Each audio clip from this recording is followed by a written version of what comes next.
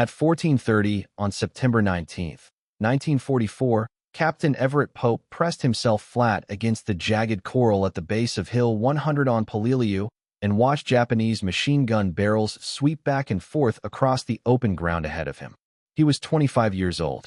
He had survived 3 Pacific campaigns, and he knew, with absolute certainty, that nothing he had faced before compared to what waited above him. Hill 100 rose nearly 300 feet from the surrounding coral flats, a sheer, barren ridge with no trees, no soil, and nowhere to dig in. The Japanese called it East Mountain.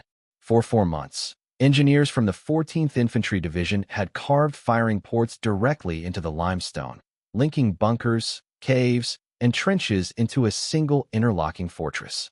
Every approach overlapped another field of fire. Every yard of ground had been measured, rehearsed, and sighted in. The 1st Marine Division had already paid dearly for the island. More than 2,000 Marines were dead or wounded in just 4 days. Major General William Rupertus had promised Peleliu would fall in 4 days.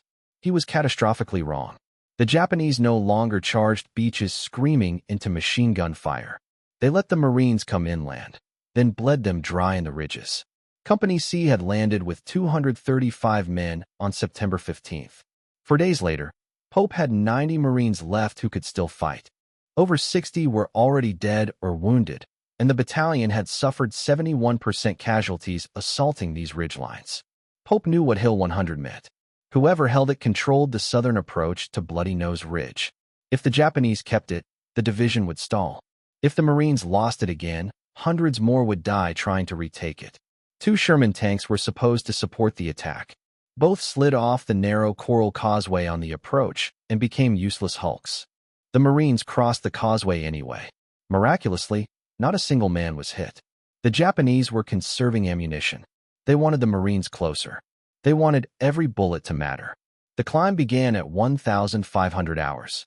As soon as the Marines left the base of the ridge, point-blank cannon fire ripped in from adjacent heights to the west and southwest. Mortar rounds slammed into the coral, shattering it into razor-sharp fragments that scythed through flesh and fabric. Machine guns opened from 3 directions at once. There was no cover, no way to dig in. Only up.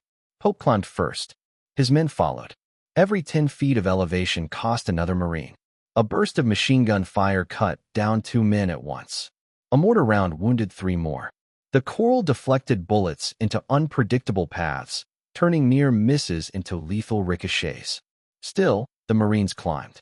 By the time they reached what they believed was the summit, more than 60 men were gone. 2/3 of the force Pope had started with was dead or wounded. Then Pope realized the truth. Hill 100 wasn't a hill. It was a long, narrow ridgeline. The ground they had taken was a false crest, an exposed finger of coral surrounded by higher terrain on 3 sides, all of it still occupied by Japanese positions. Company C was trapped. Pope counted heads. 24 Marines remained. The sun was already sinking. Darkness would fall in less than 2 hours. They had 1 light machine gun, a handful of Thompson submachine guns, M1 Garand rifles, 42 hand grenades. No water, no radio, no way to resupply. The Japanese had hundreds of men dug in around them, 500, maybe more. They would attack after dark. Everyone on the ridge knew it. As shadows stretched across the coral, Pope watched his Marines begin picking up loose chunks of stone scattered across the ridge. Jagged pieces of coral, roughly the size of grenades. That's when the idea formed. Rocks. Thrown in the dark, they would sound exactly like grenades. The Japanese wouldn't know which were lethal and which were harmless. They would have to assume every object was deadly. Throw rocks first, then throw a grenade. It was crude. It was desperate. It might be enough. Pope gathered his men and explained the plan. Faces stared back at him. Young, exhausted, frightened, but steady. No one argued. The alternative was to run out of grenades in the first hour and die the rest of the night with empty hands. By 1900 hours, darkness settled over Hill 100. Pope stretched his 24 Marines into a thin perimeter along the ridge. Each man covered 15 to 20 feet of ground. No more, or the Japanese would slip through. No less, or 1 mortar could wipe them out. The machine gun covered the northern slope, the most natural avenue of approach. 2 Thompsons guarded the east. The rest held Garens, weapons deadly at close range and useless without ammunition. Pope counted grenades again. 42. In a normal night defense, they would last 30 minutes. The Japanese would probe first, small groups feeling for weak points. Then they would mass. Then they would come again, and again, and again. Each Marine stacked coral rocks beside his grenades. Rocks first, grenades second. Fire only when sure. First Lieutenant Francis Burke, wounded in the leg by shrapnel, refused evacuation and took the most vulnerable sector on the western side. At 2,100 hours, the first shapes moved up the northern slope. 5 Japanese soldiers. The machine gunner spotted them at 30 yards. Pope raised his hand. Wait. At 15 yards, the machine gun erupted. 3 figures collapsed. 2 fled downhill. The defense of Hill 100 had begun. 40 minutes later, a larger group moved in from the east, 12, maybe 15 men. Pope gave the signal. The Marines hurled rocks. They clattered loudly across the coral. In the darkness, the Japanese instantly dropped flat, bracing for explosions that didn't come. 3 seconds passed. 4. As the attackers began to rise, 2 grenades arced through the night. The ridge shook with detonations. And Hill 100 held, for now. Both grenades detonated directly over the Japanese position. Shrapnel ripped through the clustered soldiers. The night filled with screams, sharp, sudden, panicked. Survivors tumbled backward down the slope, scrambling for cover that no longer existed. The trick had worked. The rocks had gone first. The Japanese had assumed duds. They had lifted their heads, started to move, just in time for the real grenades to arrive. From the center of the perimeter, Captain Everett Pope watched the enemy break contact. 5 seconds. That was all the deception bought them. 5 seconds of confusion. 5 seconds of hesitation. In night combat, 5 seconds meant survival. Pope moved quickly along the line, passing the word in low, urgent whispers. Keep using the rocks. Mix them with the grenades. Make them guess. At 22:15, the Japanese returned, this time in force. 20 to 25 soldiers surged up the northern slope, no longer probing, no longer testing. This was a deliberate attempt to overrun the position. The light machine gun opened fire at 35 yards. Tracer rounds tore through the darkness, carving glowing arcs down the slope. Japanese soldiers fell, bodies tumbling against the coral. The rest kept coming, screaming battle cries meant to shatter nerve and discipline. The Marines did not move. Pope reached the northern edge just as 4 Marines began throwing rocks in rapid succession. 1 rock, another, then a grenade. The Japanese froze, diving for cover at every impact. They could not advance. Every thrown object forced them to hesitate, to flatten themselves against the coral, to wait for explosions that sometimes came and sometimes did not. The machine gun burned through its first belt in less than 2 minutes. The gunner reloaded and fired again. Japanese soldiers closed to 20 yards, close enough to throw their own grenades. 2 landed inside the perimeter. Both detonated. 1 Marine took shrapnel in the arm. He stayed on his feet. Pope grabbed a rifle from a wounded Marine, fired 3 rounds at a muzzle flash in the darkness. A Japanese soldier collapsed 15 yards away. He shifted position immediately. Never fire twice from the same place. Guadalcanal had taught him that. After 12 minutes, the attack broke. 8 Japanese bodies lay on the northern slope. The Marines had thrown 11 grenades and nearly 70 rocks. The math was holding. For every grenade, 6 or 7 rocks went first. The Japanese were reacting to every throw, wasting time, burning momentum, losing cohesion. From the west, Lieutenant Francis Burke called out. Movement. 8 men. The Japanese were attacking from 2 directions now. Pope ran to Burke's position. 3 Marines were already throwing rocks downslope. He watched the Japanese hesitate, drop for cover, lose seconds they could not afford. 2 grenades followed. Both detonated cleanly. By midnight, the Japanese had launched 5 attacks, small probes, medium assaults, 1 coordinated strike from 2 directions. All had failed. The Marines had used 23 grenades. They had thrown more than 200 rocks. The enemy had no idea it was a deception. Every object flying through the darkness was treated as lethal. Pope checked ammunition. Roughly 300 rifle rounds. 1 machine gun belt. 19 grenades. Hundreds of coral stones. Dawn was 6 hours away. Then the Japanese changed tactics. No more massed attacks. They began sending individual infiltrators, single soldiers moving silently, crawling through the darkness, trying to get close enough to throw grenades into Marine positions without being seen. Pope spotted the first at 12 yards. A single pistol muzzle flash. Pope fired twice. The infiltrator dropped. More followed. 3, 5, 8. The rock trick didn't work against men who made no noise. Now it came down to rifles and eyesight.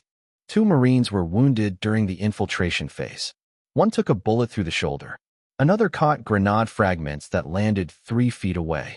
Both stayed on the line. There was no evacuation. No corpsmen had reached the ridge. Field dressings went on. Rifles came back up. 24 Marines had become 22. Burke still commanded the western flank, leg wounded, refusing to yield ground.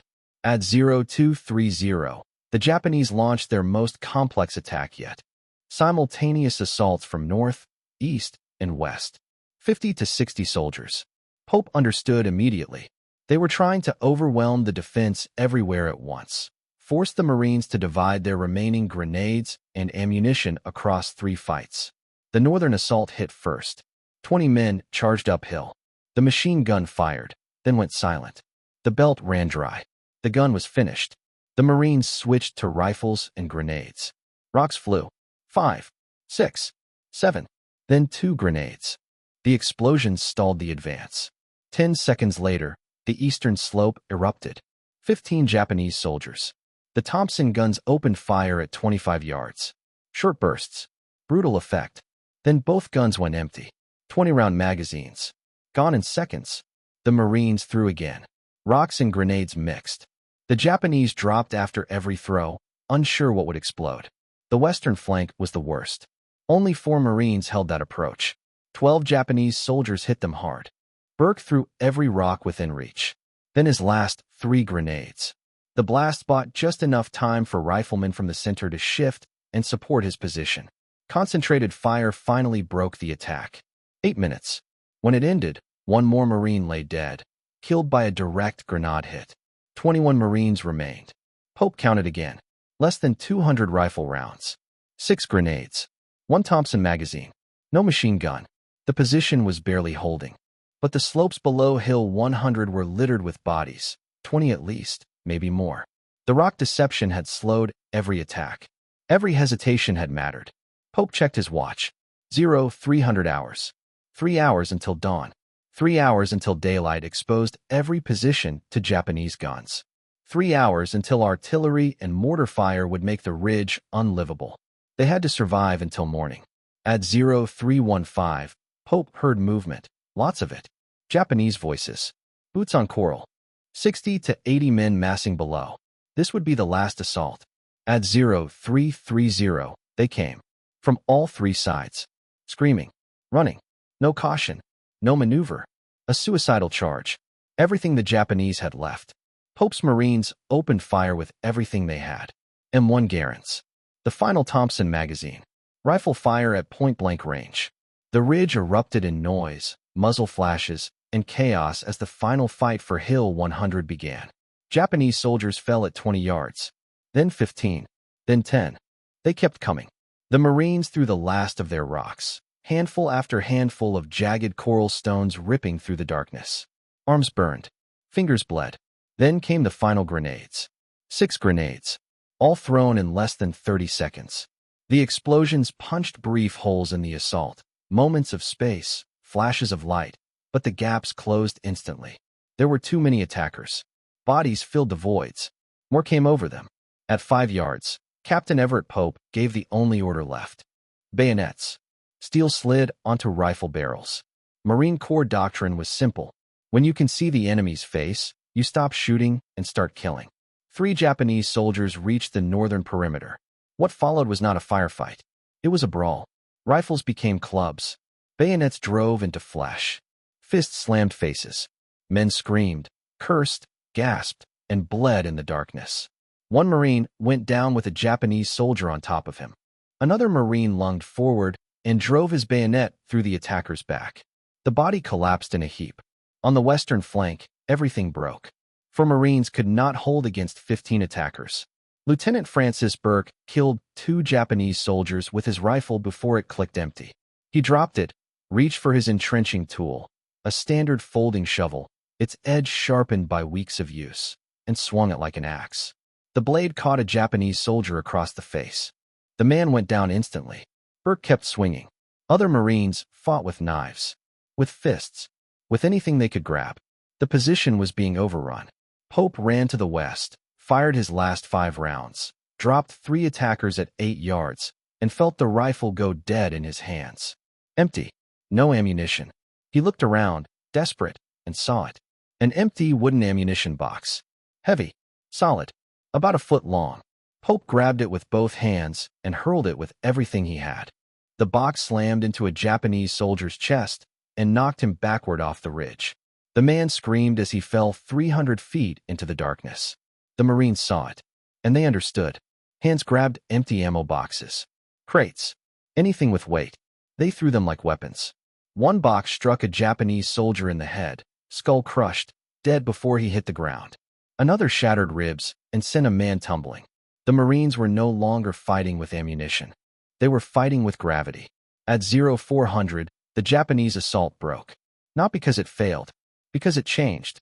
The silence was unmistakable. No gunfire. No grenades. The Japanese commander understood instantly. The Americans were out. Out of ammunition. Out of explosives. All he had to do was wait 5 minutes. Regroup. Send one more wave. But 5 minutes was time he did not have. The eastern horizon was lightening. Just a thin gray smear above the ridges. Pre-dawn twilight. In 30 minutes, American artillery observers in the valley would see Hill 100. In 45, they would annihilate every exposed Japanese position in sight. The Japanese had run out of time. Pope counted his men. 14 still standing. 7 wounded but functional. 3 unconscious from wounds or exhaustion. 21 total. 3 Marines had died in the final assault.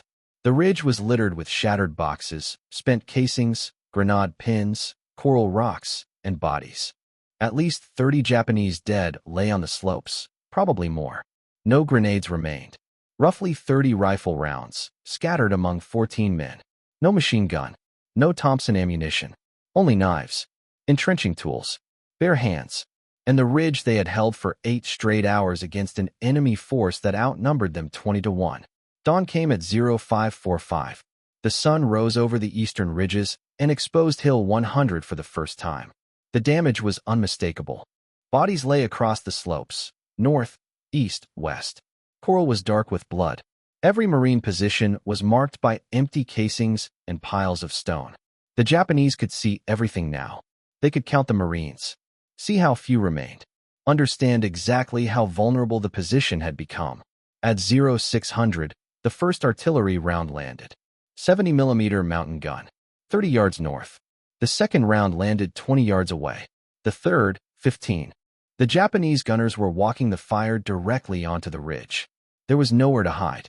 The coral was too hard to dig into. The Marines pressed themselves flat and waited. Burke tried to move. His wounded leg collapsed beneath him. 2 Marines dragged him to the center of the position. Blood loss was worsening. Infection likely. He needed evacuation, so did the others. At 0620, a runner reached the base of the ridge. Orders from Major Raymond Davis. Withdraw immediately. Hill 100 could not be held in daylight. Japanese artillery would kill every Marine within the hour. Smoke cover would be provided. They had 3 minutes. Pope gathered the 14 functional Marines and explained the withdrawal. Unconscious wounded first, then the walking wounded. Burke insisted on walking with help. At 0623, American artillery fired smoke. White phosphorus. Dense smoke rolled up the slope. It wouldn't stop bullets, but it blinded gunners. It was enough. The first group moved. For Marines carrying 1 unconscious man. The descent was worse than the climb. Loose coral. Steep grade. No room for mistakes.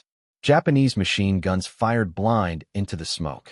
Bullets cracked past heads, ricocheted off stone. 1 Marine took a round in the leg and kept moving. Stopping meant death. The first group reached the base at 0635 and turned to cover. The second group followed. Burke and 6 wounded Marines, 2 unconscious. The smoke thinned. Japanese artillery found the range again. Shells slammed into the ridge where the Marines had fought all night. 5 minutes later, no one would have survived. Pope was the last man down. He stopped once and looked back. 24 Marines had climbed that ridge. 8 unwounded were coming down. The rest were dead, wounded, or still lying on Hill 100. They reached the battalion aid station at 0700. The unconscious were evacuated immediately. The ridge would not be retaken for 2 weeks. But Hill 100 had been held long enough. And that was enough. Burke and the other wounded received treatment immediately. Shrapnel was removed. Bandages replaced field dressings stiff with dried blood. Plasma was administered to the men who had lost too much during the night. Captain Everett Pope discovered he had coral embedded in his left shoulder. He had not noticed it. Adrenaline had erased pain. The corpsman removed the fragment with forceps and closed the wound with 3 stitches. Pope declined further treatment. There were still Marines on the ridges. Others were still fighting. Major Raymond Davis arrived at the aid station shortly afterward. Davis commanded 1st Battalion, 1st Marines. His battalion had suffered 71% casualties in 6 days. 240 men killed or wounded from a force that had landed with 900. Davis read Pope's after-action report in silence. 24 Marines had held Hill 100 for 8 hours. They had repelled repeated Japanese assaults. They had fought hand-to-hand when ammunition ran out. 8 had survived. Davis did not revise the report. He did not ask for clarification. He sat down and wrote a Medal of Honor recommendation immediately. The battle for Peleliu continued for 2 more months. The 1st Marine Division was withdrawn on October 15th after 30 days of uninterrupted combat. The Army's 81st Infantry Division took over. Fighting on the island did not end until November 27th, 73 days total. Major General Rupertus's prediction of a 4-day campaign had been catastrophically wrong. The division suffered 6,500 casualties, the highest percentage loss of any amphibious assault in Marine Corps history. 1 in 3 Marines who landed on Peleliu was killed or wounded. Hill 100 became a symbol of the campaign. A small unit holding impossible ground against overwhelming force. The rock-throwing deception spread through the division, not as doctrine, not as instruction, but as knowledge. Marines carried extra coral stones into night positions. The Japanese never adapted. The hesitation remained. Pope was evacuated to Pavuvu on October 20th for recovery. He was promoted to major in January 1945 and assigned to study Japanese at Yale University. He was still there when his Medal of Honor recommendation was approved. President Franklin Roosevelt signed the citation in April 1945. He died before the ceremony could be held. President Harry Truman took office on April 12th. One of his first official acts was to schedule a White House Medal of Honor ceremony. On June 15, 1945, Truman presented his first Medals of Honor in the East Room. 13 men stood with Pope, 7 Marines, 6 Army soldiers. All had survived actions where most of their units had not. Truman read Pope's citation aloud. He emphasized the hand-to-hand combat, the improvised deception, the 8-hour defense, the reduction from 24 to 8 men. He told Pope that his actions represented what the medal existed to recognize: leadership under impossible conditions, innovation born of necessity, and devotion to men over self. Pope was 25 years old, the same age he had been on Hill 100. After the war, he joined the Marine Corps Reserve. He was recalled during the Korean War, served another tour, then returned to civilian life. He worked in banking. He raised 2 sons. He remained connected to Bowdoin College, where he had graduated in 1941. The rock-throwing deception was never written into a field manual. There was no formal doctrine. But Marines told the story. The lesson endured. Pope rarely spoke publicly about Peleliu. When asked, he spoke about his men, the 8 who survived and the 16 who did not. He said he had done nothing extraordinary. He had led. He had stayed. He had not surrendered. He worked in banking for 37 years. He married Eleanor Hawkins, his high school sweetheart. They raised 2 sons who entered public service. He served on Bowdoin's governing boards for nearly 3 decades. He established scholarships. He honored classmates who had not returned. He never treated the Medal of Honor as personal property. When asked about Hill 100, he always said the same thing. 8 men survived because 24 fought together. Everett Pope retired in 1983. He lived quietly. He avoided publicity. He declined interviews unless requested by historians. He died on July 16, 2009, his 90th birthday. He was buried beside Eleanor at Arlington National Cemetery on September 15, 2009, exactly 65 years after the Marines landed on Peleliu. The burial was private. At his request, there was no ceremony. Hill 100 remains part of Marine Corps history, not because of rocks or grenades, but because a small unit refused to yield ground when yielding would have been easier. The lesson is still taught, not as doctrine, but as example. Adapt, endure, and never surrender ground simply because the enemy believes it cannot be held.